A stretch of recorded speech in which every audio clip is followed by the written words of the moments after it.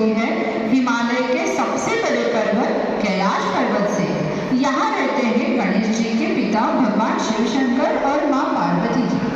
शिव जी के सबसे बड़े सेवक नंदी बैल हैं और उनकी बड़ी सी गणों की सेना है। यहीं से शुरू होती है हमारे प्यारे बाल गणेश जी की कहानी। एक बार माँ पार्वती जी से कुछ वार्तालाप करते हुए, नंदी, मैं नहाने अपने महल में जा रही हूँ। जब तक मैं आज्ञा न दूं, किसी को भी अंदर मत आने देना। जो आज्ञा माते।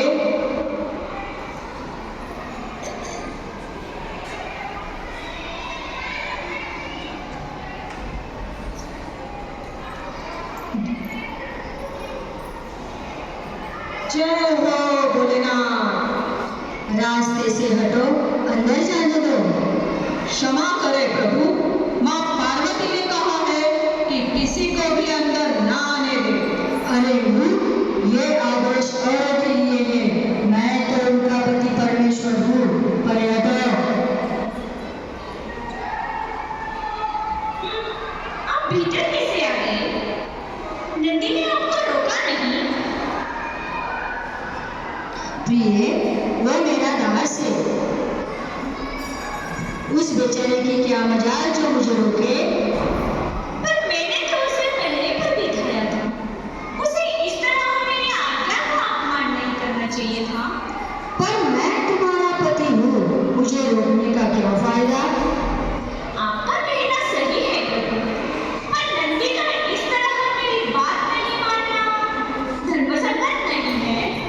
क्रोध मत करो प्रिय, उसे क्षमा कर दो। वो कम बुद्धि का है। गौर करते हुए, नहीं, ये नंदी ने ठीक नहीं किया। लेकिन वो भी क्या करता? स्वामी भक्त है, उसे अपनी स्वामी को रोकने की हिम्मत नहीं होगी। मुझे एक ऐसा गण चाहिए जो बुद्धिमान हो, साहसी हो और मेरी आज्ञा का पालन करे। मैं खुद एक ऐसा गण बनाऊंगी। पार्वती जी अपने शरीर के मल्ले को उतारती हुई,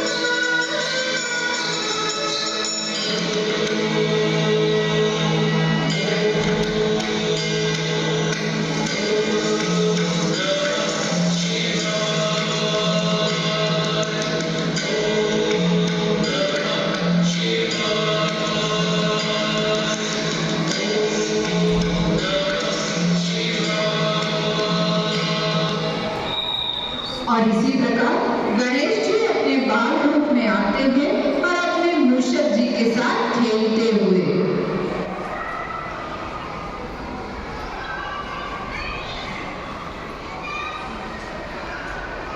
पुत्र गणेश, जी माँ।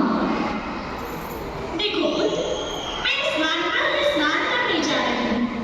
तुम द्वार पे बैठो और जब तक मैं ना कहूँ, किसी को भी अंदर मत आने देना। जो आज्ञा माते, मैं किसी को भी अंदर नहीं आने दूंगा। आप निश्चित होकर स्नान करें, आप चिंता ना करें।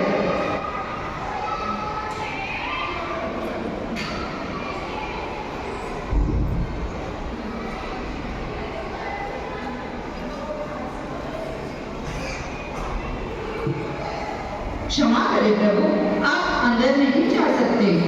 नन्हे बालक, तुम कौन हो और मेरा रास्ता क्यों रोक रहे हो? मैं गौरी पुत्र गणेश हूँ और माता की आदेश का पालन कर रहा हूँ। उनका आदेश है कि जब तक वो आज्ञा न दे, किसी को भी भीतर न दिखा, अंदर जाने न दिया जाए।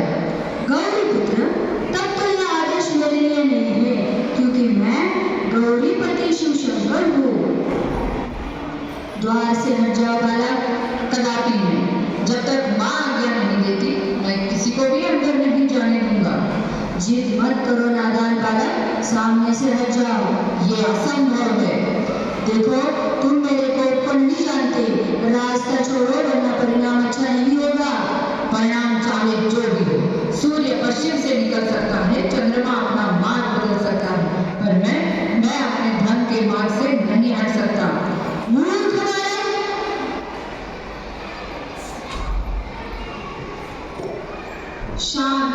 शांत प्रभु, छोटा सा बच्चा है, इसे मैं समझा बुझा कर हटाता हूँ। समझाओ, और समझने से ना हटे तो जबरदस्ती हटाओ। बालक गणेश, तुम मेरे स्वामी का गुस्सा नहीं जानते। हिम्मत है तो मुझे बताकर दिखाओ।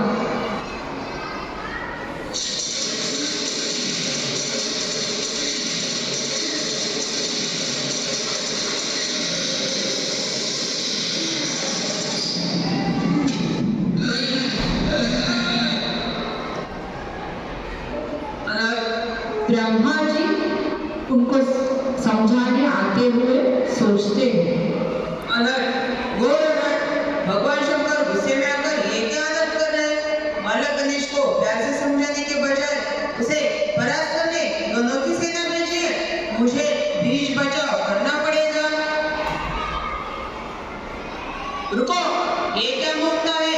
एक अकेले बालक से लड़ रहे हो? आपको भी इस तरह हट नहीं करना चाहिए। हट मैं नहीं, पिताजी कर रहे हैं।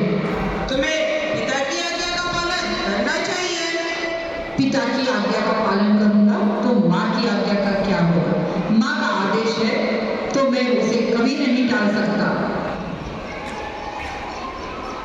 ब्रह्मा जी वहां से चले जाते हैं और शिव जी गुस्से में आकर शिव तांडव करने लगते हैं।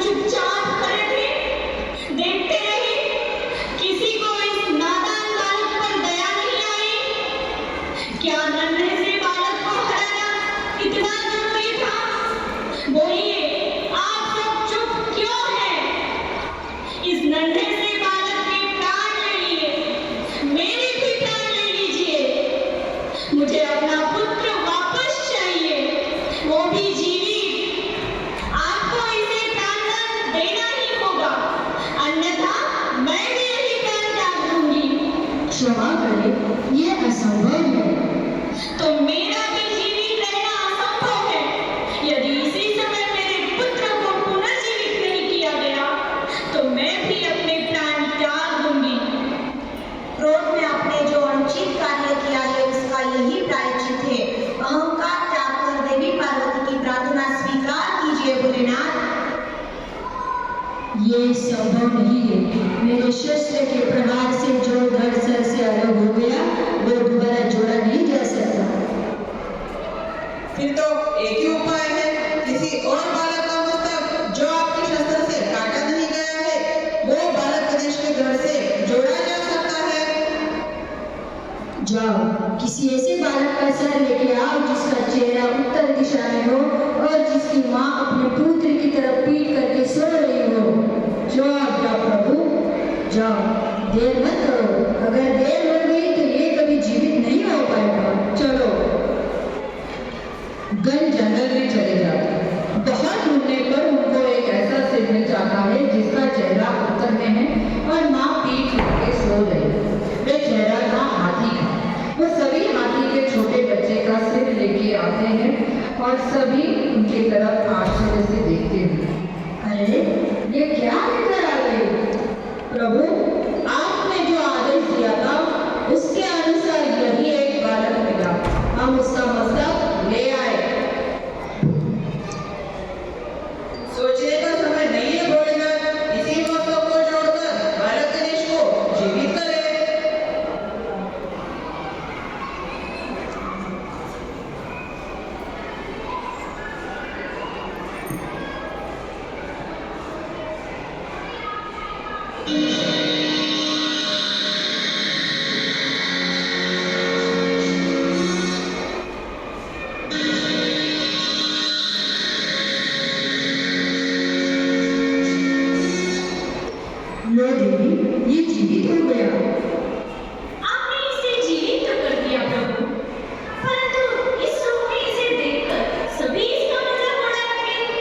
ऐसा कुछ नहीं होगा।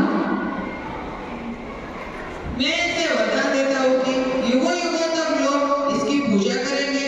ये अद्भुत बालक पृथ्वीवासियों का कल्याण करेगा।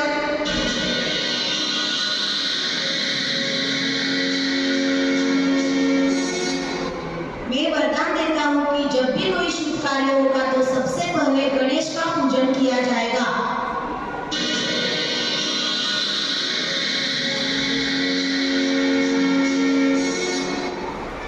ये बालक ज्ञान और बुद्धि का दाता होगा। हर मंदिर और घर में इसकी स्थापना हो। लोग इन्हें लड्डू और मोदक का भोग लगाएंगे।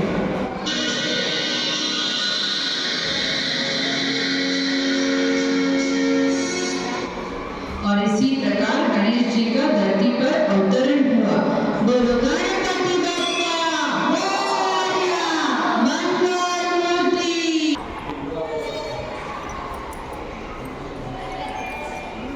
हम्म।